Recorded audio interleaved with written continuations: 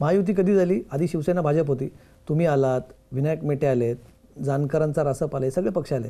पण असं एक चित्र तयार झालं की आता हे सगळे तुम्ही जे छोटे छोटे पक्ष महायुती होतात ते कुठेतरी दुर्लक्षित झालेत, असं एक चित्र, असा एक वारंवार आरोप होतो. जानकर वारंवार बोलतात. तुम्हाला असं वाटतं?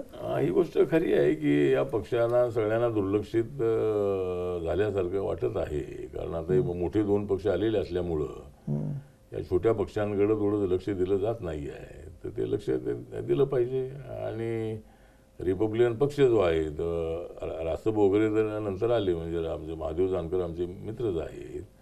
पण या छोट्या पक्षांकडे लक्ष देणं अत्यंत आवश्यक आहे असं मला वाटतं.